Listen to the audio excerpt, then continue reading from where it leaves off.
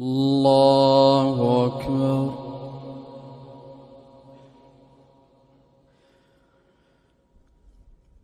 الحمد لله رب العالمين الرحمن الرحيم مالك يوم الدين إياك نعبد وإياك نستعين اهدنا الصراط المستقيم صراط الذين أنعمت عليهم غير المغضوب عليهم ولا الضالين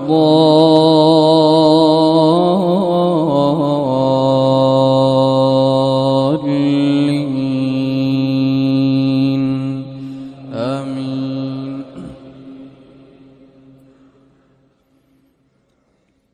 ألف لام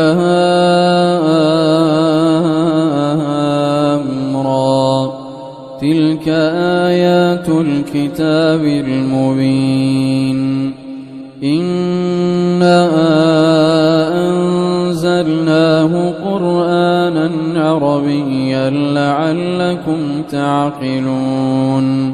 نحن نقص عليك أحسن القصص بما أوحينا إليك هذا القرآن وإن كنت من قبله لمن الغافلين. إذ قال يوسف لأبيه يا أبت إني رأيت 11 كوكبا والشمس والقمر رأيتهم لي ساجدين.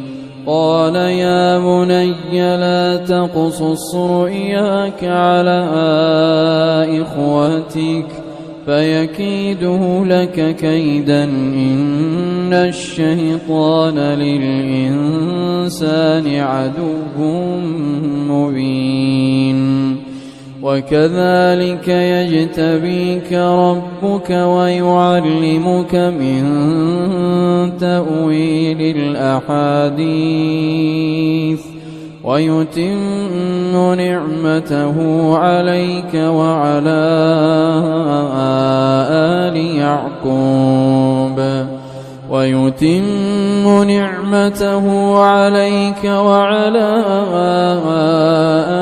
يعقوب كما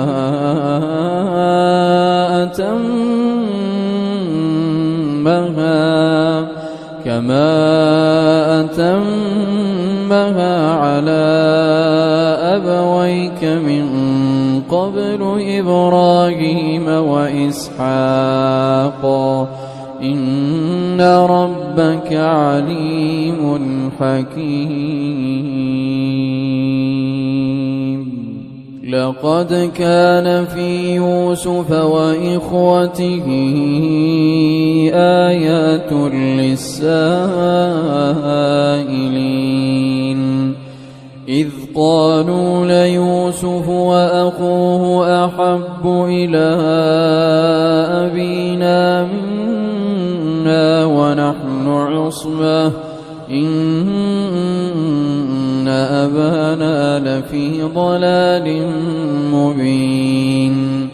اقتلوا يوسف أو اطرحوه أرضا يخل لكم وجه أبيكم وتكونوا من بعده قوما صالحين.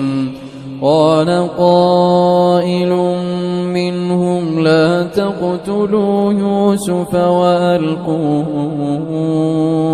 وألقوه في غيابة الجب يلتقطه بعض السيارة إن كنتم فاعلين.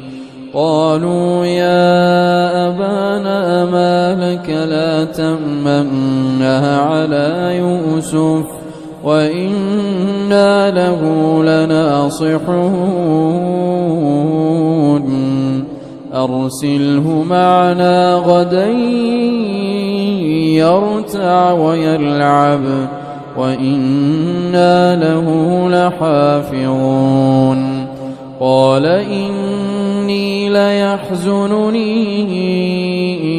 أن تذهبوا به وأخاف أن يأكله الذئب وأنتم عنه غافلون قالوا لئن أكله الذئب ونحن عصبة إنا إذا لخاسرون